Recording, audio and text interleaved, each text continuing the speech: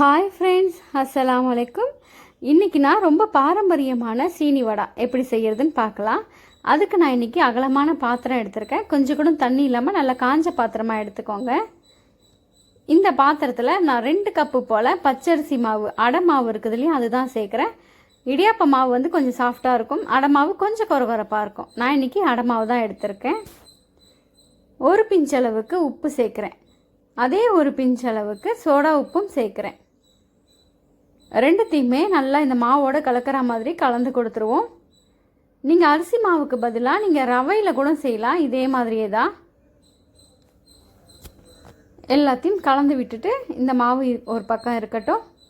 இப்போ ஒரு mixie jar எடுத்திருக்கேன். நம்ம எந்த கப்பால் மாவு அரிசி மாவு அளந்தமோ அதே கப்பால் 1 கப் அளவுக்கு சர்க்கரை,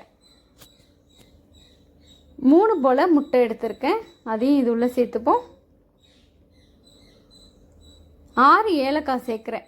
முட்டை வாசனை இருக்காது, இந்த பனியால் நல்லாயிருக்கும். 6 ஏலக்காய் போல் சேர்த்துருக்கேன். இதை நல்லா மிக்சியில் நல்லா அடித்து எடுத்துகிட்டு வந்துடலாம்.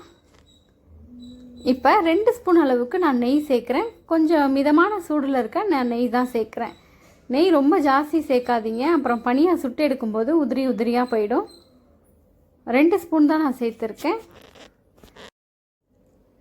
மாவோட நெய்யை நல்லா கலந்து விட்டதுக்கப்புறமா நம்ம முட்டை அடித்து வச்சுருக்கோம் இல்லையா, அதை இது உள்ளே சேர்த்துக்கலாம்.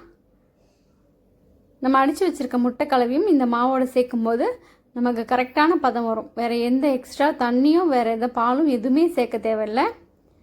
ஒரு பிஞ்சளவுக்கு கேசரி கலர் போட்டிருக்கலையே, அதுதான் சேர்க்குறேன். கலர் லேசாக நம்ம சுட்டு எடுக்கும்போது லேசான ஒரு கலரில் வரும். வேண்டாம்னா நீங்கள் போட வேண்டாம். பாருங்கள், நம்ம மாவோட பதம் இப்படி தான் இருக்கணும். நமக்கு மாவு நல்லா இலக்கமாக இருக்குது பாருங்கள். இதை நான் முதல் நாள் சாயந்தரமாக இது மாதிரி நான் ரெடி பண்ணி வைக்கிறேன். மறுநாள் காலையில் தான் சுட்டு எடுக்க போகிறேன். அப்படி இல்லைனா நீங்கள் காலையில் ரெடி பண்ணிவிட்டு சாயந்தரம் போல் சுட்டுக்கலாம். ஒரு 6 மணி நேரமாவது மாவு புளிச்சா தான் நமக்கு பனியாக வந்து கரெக்டாக வரும். இப்போ இது இருக்கட்டும், ஒரு மூடி போட்டு விட்டுருவோம். காலையில் நம்ம எடுத்து பார்க்கலாம். பாருங்கள், நான் காலையில் எடுத்து பார்க்குறேன். நமக்கு நல்லாவே மாவு புளிச்சு வந்திருக்கு. நல்லா மாவு கெட்டியாகவும் இருக்குது பாருங்கள். இதுதான் நமக்கு கரெக்டான பதம். நல்லா வாசனையாக இருக்குது, மாவு நல்லா வாசனையாக இருக்குது. அந்த ஏலக்காய்லாம் சேர்த்ததுனால பாருங்களேன் எந்த மாதிரி கட்டியாக இருக்குதுன்னு. இப்போது இதை ஒரே அளவில் நம்ம பனியாக செய்யணுன்னா இந்த சின்ன குழிக்கரண்டி தான் நான் எடுத்திருக்கேன். அந்த குழிக்கரண்டியால் நல்லா அப்படி எடுத்தோம்னா ஒரு கரண்டி வரும்ல, அந்த மாதிரி நம்ம எல்லாத்தையுமே கரெக்டான ஒரே பதமாக கரெக்டான அளவில் செய்யலாம். இதே மாதிரி எடுத்துப்போம். இப்போது ஒரு பால் பாக்கெட் கவர் தான் நான் எடுத்திருக்கேன். நீங்கள் வாழை இலை அப்படி இல்லைனா எண்ணெய் பாக்கெட் கவர் கூட நீங்கள் எடுத்துக்கலாம்.